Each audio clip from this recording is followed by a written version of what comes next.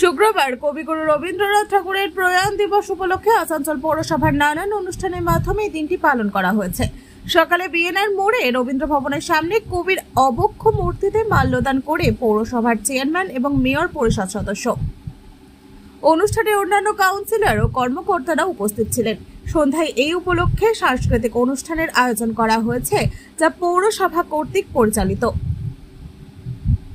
আমরা ভাগ্যবান যে রবি ঠাকুরের মতন একজন মানুষকে আমরা শ্রদ্ধা জানাতে পেরেছি, এবং আমরা প্রত্যেক বছর এটা চেষ্টা করি যে পৌর নিগমের মধ্যেখানে আমরা এটা অনুষ্ঠিত করব। আমি ধন্যবাদ জানাই গুরুদাস চট্টোপাধ্যায়কে, যার উদ্যোগে এই সমস্ত অনুষ্ঠানগুলো হয়।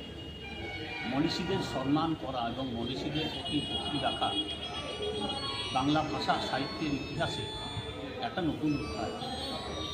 আমরা আধ্যাত্মিক ভাবধারায় যেমন দেখি সেই সমস্ত মানুষজনকে, রবি ঠাকুরকেও আমরা আধ্যাত্মিক ভাবধারায় উপনিষদের উপর ভিত্তি করা জীবন, আমরা তাই ভাবি স্বর্গ এবং মর্তের মধ্যেখানে যে স্তর আছে সেই স্তরের মানুষ রবি ঠাকুর, নাহলে এত ব্যাপকভাবে বিকশিত হতে পারতেন।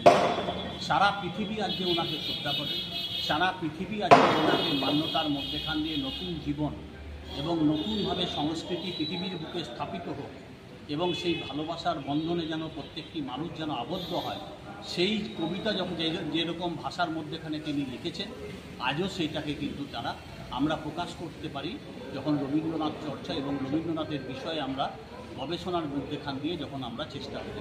আমরা দেখি যে যত রবীন্দ্রনাথকে নিয়ে যত আলোচনা হয়, নতুন নতুন বিষয়, নতুন নতুন ভাষা, নতুন নতুন গল্প, নতুন নতুন সাহিত্য, নতুন নতুন ভাবনা এবং জেগে ওঠে এবং সমাজকে সমৃদ্ধ করে।